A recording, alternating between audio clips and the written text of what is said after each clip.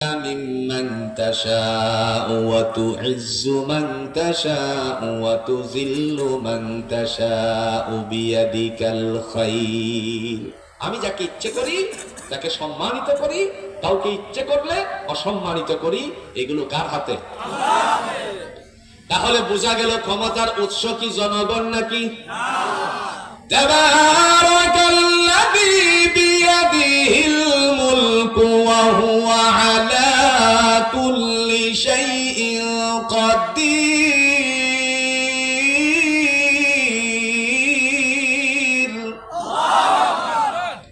বরকতময় তিনি হলেন রব, যার হাতে ক্ষমতা। ইন্নাল্লাহা আলা কুল্লি শাইইন কাদির। ক্ষমতার উৎস জনগণ হতে পারে না। এটাও শিরক। এটাও কি শিরক? পৃথিবীতে সব গুনাহ মাফ হবে, কিন্তু শিরকের গুনাহ মাফ হবে না। মুহূর্তের মধ্যে আল্লাহ রাব্বুল আলামিনের বান্দা ইমরুল কায়েস আবুল হাকাম আবু জাহেলকে ডেকে বলল, ওয়ালা বিকাউলি শাইর। এটা কোনো কবির কবিতা তো নাই, আবার গণকের গণনাও না। কাহিন বলে উল্লেখ করা হয়েছে। ওয়ালা বিকাউলি কাহিন, এটা কোনো গণকের গণনা নয়। কলিলাম মা তাযাক্কারুন, অল্প সংখ্যকই তোমরা তার উপরে না উপদেশ গ্রহণ করো। তাহলে এটা কি? এই কিতাবটা কি? আল্লাহ বলেন তানজিলুম মির রাব্বিল আলামিন, পরাক্রমশালী আল্লাহর পক্ষ থেকে অবতীর্ণ। আমার অনেক বোনেরা এসেছেন, আমি আমার বোনদেরকে বলি, ও আমার বোন, আপনার সন্তানকে কোরআন পড়ান। যদি আপনার সন্তানকে কোরআন না পড়ান, এই সন্তান ওই সমাজের বুকে ইয়াবা খাই, ডাইল খাই, সাইল খাই। কথা কন্যাকে ট্যাবলেট খাওয়ার জন্য ট্যাবলেটের নাম দিছে বাবা। ট্যাবলেটের নাম কি? দয়াল বাবা দিছে। এই ট্যাবলেট খাওয়ার জন্য আপনার কানের স্বর্ণ চুরি করতে সে দ্বিধা করবে না। যেখানেই রাখছেন সেখান থেকে চুরি করে বিক্রি করে, স্বর্ণকারের ঘরে বিক্রি করে তারপরে এই ইয়াবা খাইয়া ফেলবে। কথা বুঝতেছেন তো? এই জন্য বোনদেরকে বলি, নিজের সন্তানটারে কোরআন শিখান, যদি গুণগত মানুষ বানাতে চান। ঠিক না বলেন? এই সময় আবু জাহেল ডাক দিয়ে বলছে, হে তোমাদের মধ্যে কে আছো আমার ভাতিজারে দুনিয়ার জমিন থেকে বিদায় করে দিবে? মুহূর্তের মধ্যে একটা সময় মাথা নিচু করতে লাগলো সবাই। একটা মাথা কেবল উঁচু আছে। সেই সন্তানের নাম হলো খাত্তাবের সন্তান উমর। উমর বলছে, আবুল হাকাম আমি পারবো। আবুল হাকাম বলে, আজকের দিনে তোমারই মনে মনে আমি কামনা করেছিলাম। হযরত উমর ইবনুল খাত্তাব রাদিয়াল্লাহু তাআলা আনহু তরবারি নিয়ে রওনা করেছেন। রাস্তার মধ্যে আল্লাহর নবীর সাথে সাক্ষাৎ করে ঈমান এনেছেন, গ্রহণ করেছেন ঈমানটুকু। একজন আল্লাহ পাক রব্বুল আলামিনের বান্দা নীরবে ডাক দিয়া বলছেন, হে উমর কোথায় যাচ্ছ? সাহাবী আব্দুল্লাহ বললেন, কোথায় যাচ্ছ? বলল যে আমি মুহাম্মদ সাল্লাল্লাহু আলাইহি সাল্লামের দেহ থেকে কাল্লারে দ্বিখণ্ডিত মানে আলোক করার জন্য যাচ্ছি। জোরে কোন নাউজুবিল্লাহ। তিনি আবেগে বশবর্ত হয়ে বলল যে তুমি কি তোমার দেহটা মানে তোমার কাল্লাটা, আমরা এটারে কি বলি, তুমি কি তোমার এই মাথাটারে মুহাম্মদ সাল্লাল্লাহু আলাইহি সাল্লামের কাছ থেকে ফেরত আনতে পারবে নাকি? ওমর তিনি রাগী মানুষ ছিলেন, ঠাস করে এমন এক সর মারছেন, থাপ্পড় মারার কারণে জমিনে পড়ে গেছে। যখন চলে যাচ্ছে মাথা উঁচু করে বলল, ওমর ও খাত্তাবের সন্তান, নবী মুহাম্মদ সাল্লাল্লাহু আলাইহি সাল্লামের দেহ থেকে মাথা আলোক করার আগে নিজের বোনের বাড়ি ধরো, গিয়ে দেখো তোমার বোন আর ভগ্নিপতি তারা দুইজন মুসলমান হয়ে গেছে। কি আমাদের সমাজে একটু রাগ বাড়লে শরীরের একটা ঝাঁকুনি উঠে কি উঠে না? বোনের বাড়ির ধরছে রাস্তা। আল্লাহর বান্দি তিনি কোরআনুল হাকিম থেকে সূরাতুত তাহা তেলাওয়াত করছিলেন। তাহা মা আনজালনা আলাইকাল কুরআনা লিতাশকা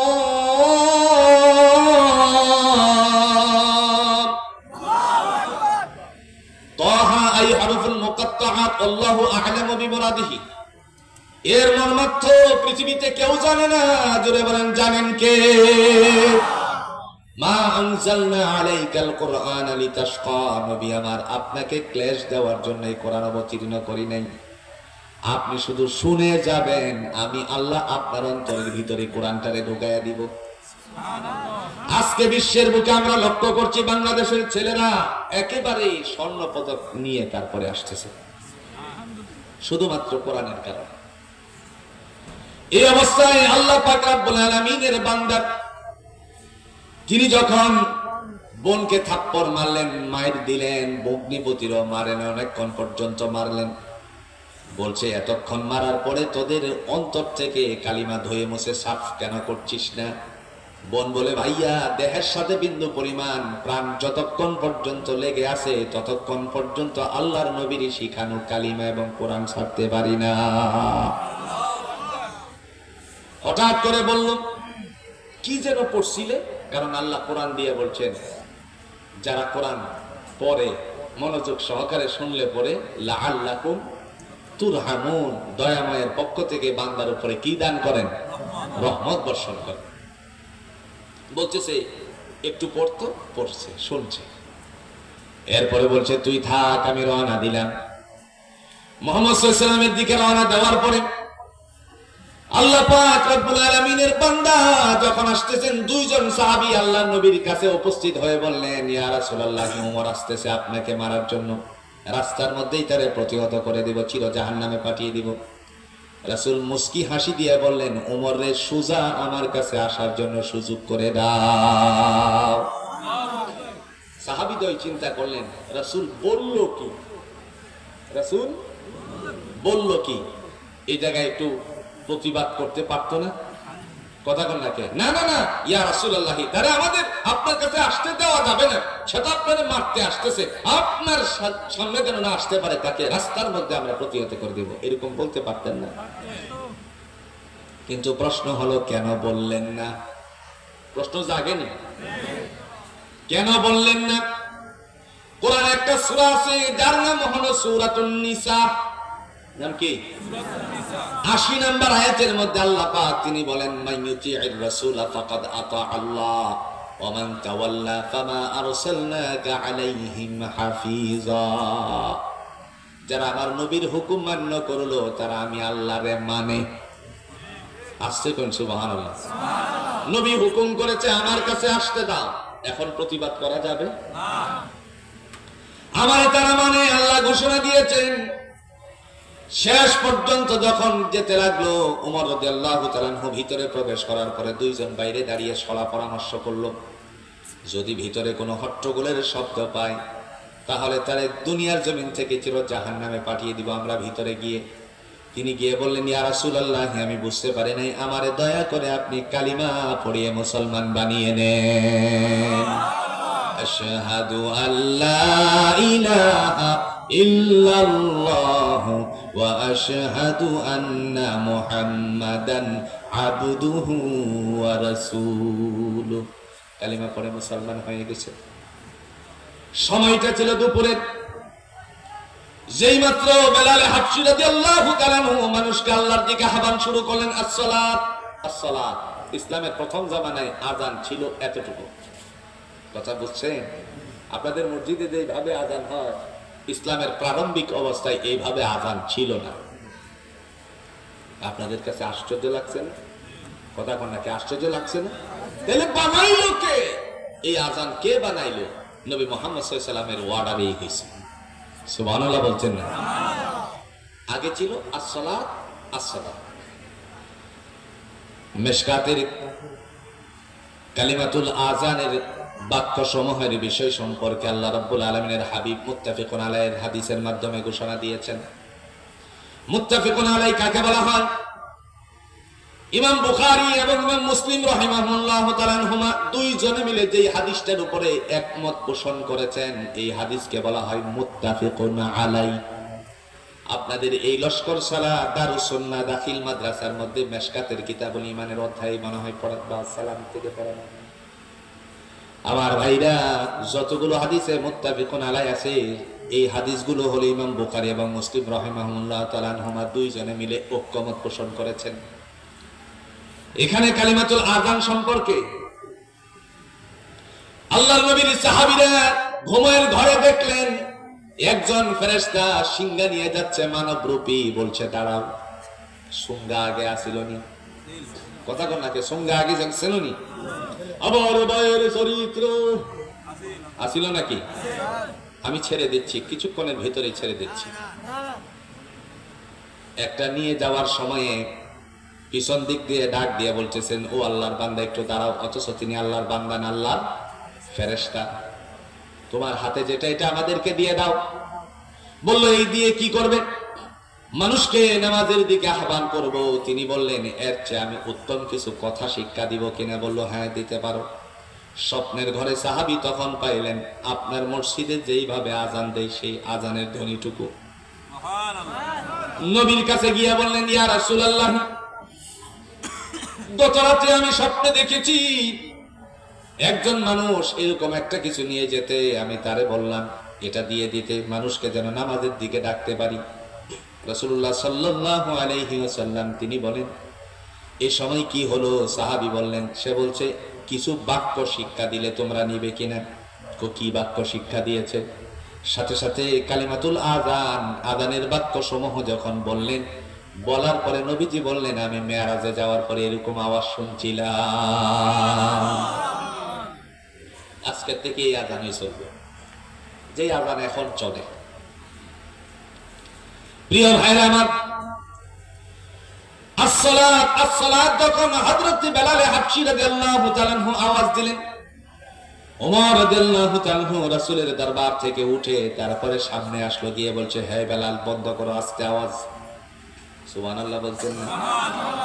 আজকের থেকে আস্তে কোনো আওয়াজ হবে না, কারণ উমর মুসলমান হয়েছে, জোরসে আওয়াজ দাও। উমর মুসলমান হয়েছে, আজকে থেকে কোনো আস্তে চলবে না।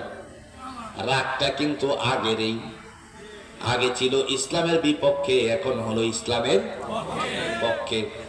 এই জন্য আমরাও জুড়ে বলুন আছি ইসলামের পক্ষে না বিপক্ষে? আরো জুড়ে আছেন তো?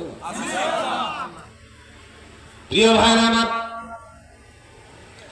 আল্লাহ রাব্বুল আলামিনের বান্দার পক্ষ থেকে ফয়সালা হয়ে গেল।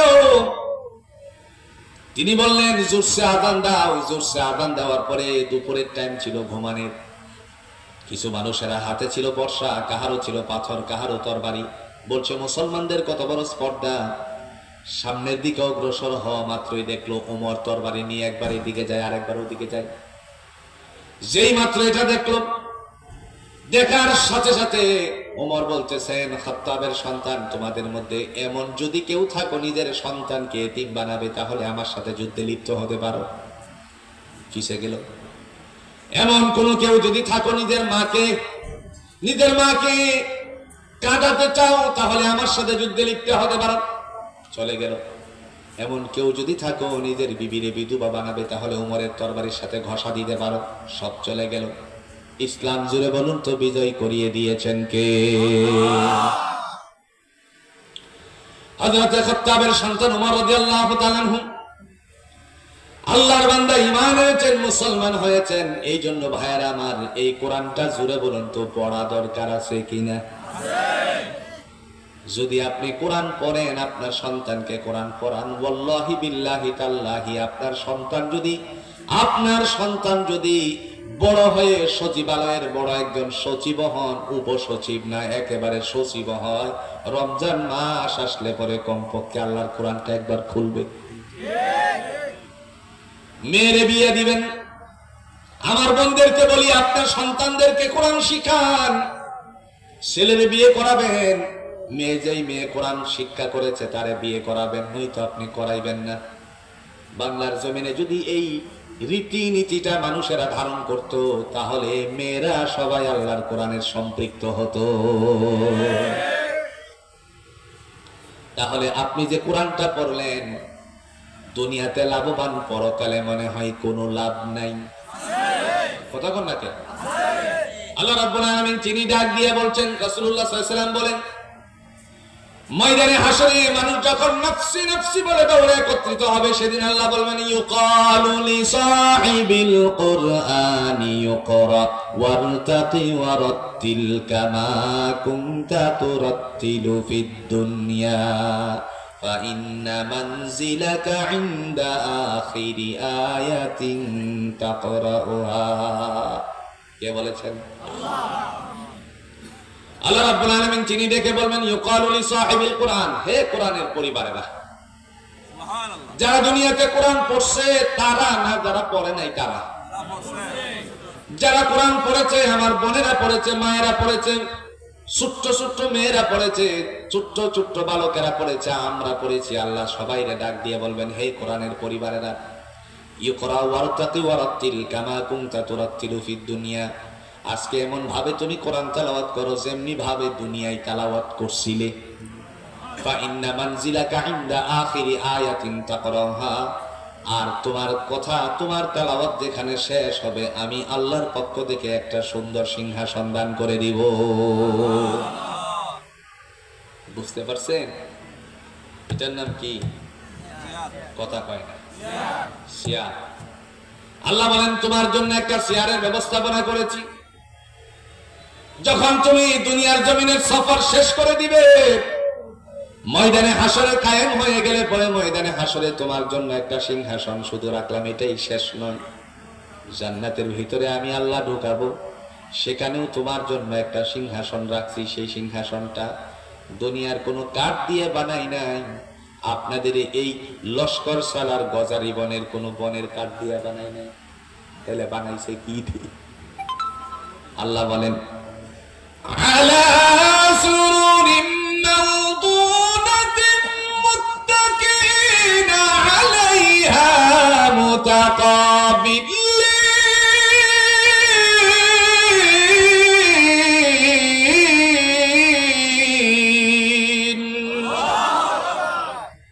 আল্লাহ বলেন স্বর্ণ খচিত বিশিষ্ট সিংহাসনের ব্যবস্থাপনা করেছি, তাতে তোমরা বসবে এমন করে। এটারে কি বলেন? হেলান দিয়ে পরস্পর পরস্পরের দিকে মুখোমুখি হয়ে স্বামী স্ত্রী দুইজনই নেককার হলে, কোরআন পড়লে, আল্লাহরে ভয় করলে, হুকুম আহকামের তাবেদারি করলে আল্লাহ বলেন তোমাদেরকে জান্নাতে সিংহাসন দিব, হেলান দিয়ে বসবে মুখোমুখি হয়ে। এরপরে এই যে মুখোমুখি হয়ে বসবা, দয়াময় ডাক দিয়ে বলেন তোমরা যখন হাসরের ময়দানে থাকবে আমি আল্লাহ একটা ইশারা মারবো। ইশারা, ইশারা বুঝি তো? কথা কন না কেন? আচ্ছা বলেন তো, আপনাদের এই লস্কর সালা দারুস সুন্নাহ দাখিল মাদ্রাসায় ক্রীড়া প্রতিযোগিতা বছরে আসেন? একটা প্রতিযোগিতার নাম হলো 100 মিটারের দৌড়, নাই? স্কুলে নাই? 100 মিটার দৌড় দেওয়ার জন্য 20 জন প্রতিনিধি দাঁড়িয়েছে, প্রতিযোগী দাঁড়িয়েছে। একজন হলো লেপ্রি, মুখে বাঁশি নিয়া এরকম করে একটা ভাব ধরছে, ফু দিছে না কিন্তু, কথা কন নাকি দিছে, ভাব ধরছে। এমনি 2-3 জন উঠে দৌড় মারছে, হয় কি হয় না? আল্লাহ যখন বলবেন সাথে সাথে বান্দারা উঠে দৌড় মারবে। আল্লাহ কোরআন দিয়ে বলছেন যারা আমারে ভয় করেছিলে আমি আল্লাহ তোমাদেরকে দলে দলে জান্নাত দিয়ে দিব। ওয়াসিকাল্লাযীনা ইত্তাকাউ রাব্বাহুম ইলাল জান্নাতি যুমারা হাত্তা ইযা জাউহা ওয়া ফুতিহাত আবওয়াবুহা ওয়া ক্বালা লাহুম খাযানাতুহা وقال لهم خزنتها سلام عليكم طبتم فادخلوها خالدين।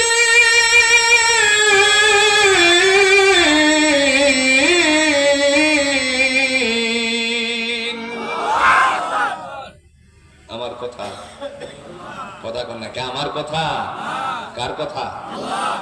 সূরাতুজ জুমারে আল্লাহ বলেন যারা আমি আল্লাহকে ভয় করেছিলে তাদেরকে দলে দলে জান্নাতে প্রবেশ করানো হবে। হাত্তা হাত্তা ইযা জাউহা ওয়া ফুতিহাত আবওয়াবুহা, যখন জান্নাতের দরজার নিকটবর্তী হয়ে যাবে আল্লাহ তাদের জন্য সমস্ত দরজাগুলো খুলে দিবেন।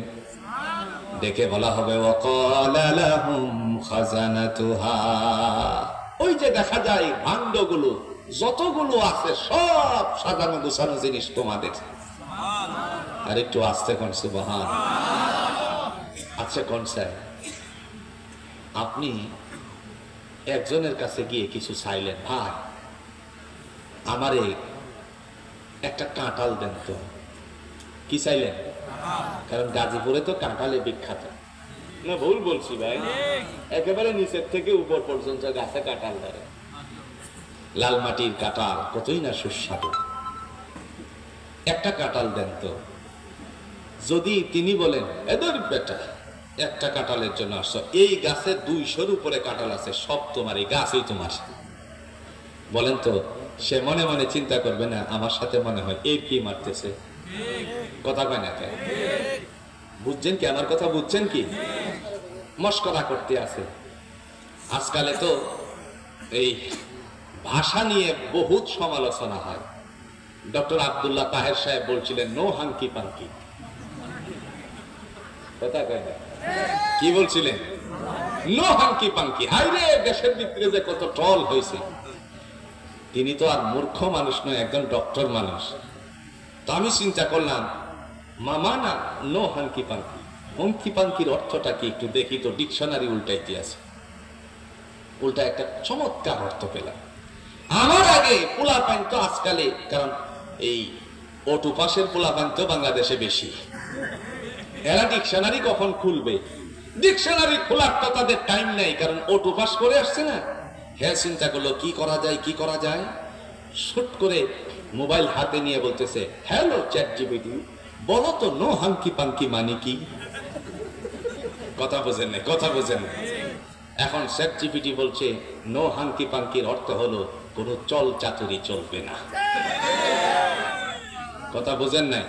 আব্দুল্লাহ তাহের ভাই তিনি বলছেন নো হাঙ্কি পাঙ্কি। এই নিয়ে বাংলাদেশে কি তুলপা। আর বাংলাদেশের যে অটুপাসের পোলাপাইন এখন চ্যাট জিপিটি নিয়ে যে তামাশা শুরু করছে ভাই, এখন নতুন আইছে আরেকটা এআই নামে। কথা কোন লাগে? এইটা কি মাস চলে? নভেম্বর 13 তারিখে যেন কি হয়েছিল বাংলাদেশে? লকডাউন। হ্যাঁ লকডাউন, শাটডাউন মারবে, লকডাউন মারবে।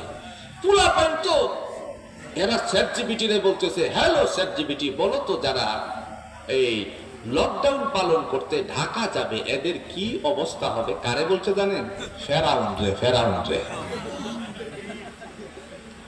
ফেরাউন রে বলতেছে হ্যালো ফেরাউন, বলো তো 13 তারিখে যারা ঢাকায় যাবে এদের কি অবস্থা হবে? ফেরাউন উঠে পড়ছে, উঠে বলতেছে যারা 13 তারিখে যাবে এদের পাছা লাল করে দেওয়া হবে। বুঝেননি? বুঝেননি? রাগ করছেন আমার উপরে? কোন চাল চাতুরি চলবে না। প্রিয় ভাইরা, যে কথাটা বলছিলাম, আল্লাহ রাব্বুল আলামিন তিনি বলবেন যাও জান্নাতের ভিতরে, ডেকে বলা হবে ওয়াকালা লাহুম খাজানাতুহা, এই যে দেখা যায় সবগুলো হলো তোমাদের। এক গাছের কাঁঠাল 200, বলে একটা নিতে আইসা 200 পাইছে, সে খুশি না বেজার? একটু জোরে বলেন না, খুশি না বেজার? আল্লাহ তিনি যখন বলবেন ওয়াকালা লাহুম খাজানাতুহা সালামুন আলাইকুম তিবতুম ফাদখুলুহা খালিদিন, এই খাজানাগুলো সব তোমাদের। আপনারা খাজানা বুঝেন তো? কথা বুঝেন? আপনারা যদি না বুঝেন, ছোট ছোট পোলাপান্তে খাজানা ঠিকই বুঝে, কারণ খাজানা সম্পর্কে এরা মোটু বাদলুর থেকে নিছে। কথা হয় না? মোটু বাদলু, মোটু বাদলু কার্টুন দেখে তারা খাজানা চিনে ফেলছে। এই সময় আল্লাহ পাক ডেকে বলবেন অনন্তকালের জন্য জান্নাতে প্রবেশ করো। সে আল্লাহর বান্দা জান্নাতে প্রবেশ করার জন্য সে মুস্কি একটা হাসি দিবে, তার কারণ সে আল্লাহর কোরআন পড়ছিল। আল্লাহ পাক রব্বুল আলামিনের বান্দা জান্নাতে পা ঢুকানোর আগে বান্দি নারী পুরুষ তারা সবাই আল্লাহর কাছে একটু শুকরিয়া আদায়, জুড়ে বলুন তো করা দরকার আছে কিনা। মনে পড়ে যাবে, হাঁচি দিলে একটা মানুষেরা নিজেরা একটা আওয়াজ তুলে দেয় কি দেয় না? আচ্ছা আমি হাসিটা দিই, আপনারা এইটার বিপক্ষে না পক্ষে কি বলবেন বললেন তো? হাঁচি এই তো বলছেন, একটু জোরে বলেন না। এই যে হাসি মারলে আলহামদুলিল্লাহ পড়ছেন, জান্নাতে গেলে আলহামদুলিল্লাহ পড়বেন না? বান্দা পড়বে وقالوا الحمد لله الذي صدقنا وعده وأورثنا الأرض نتبوأ من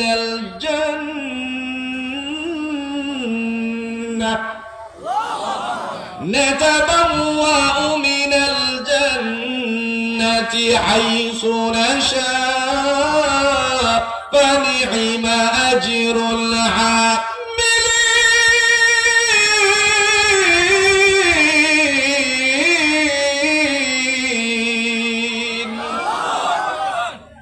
ডেকে বলবে ওয়াকাল আলহামদুলিল্লাহ, আল্লাহ সমস্ত প্রশংসাগুলো হলো তোমার। আল্লাযী সাদাকানা ওয়া'দাহু ওয়া আওরাসানাল আরদা নাতাবাওয়াউ মিনাল জান্নাতি হাইসু নাশা।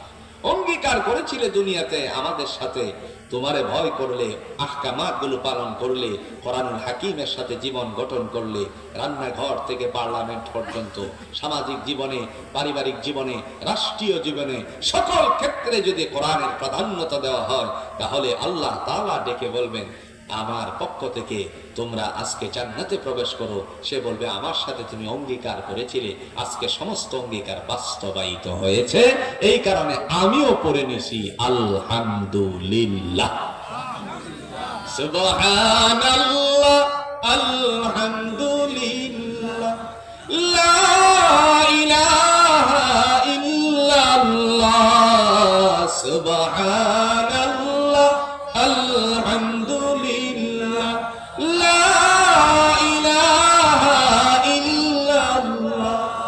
তুমি বাঁচাও, তুমি মারো, অবিরত ক্ষমা করো।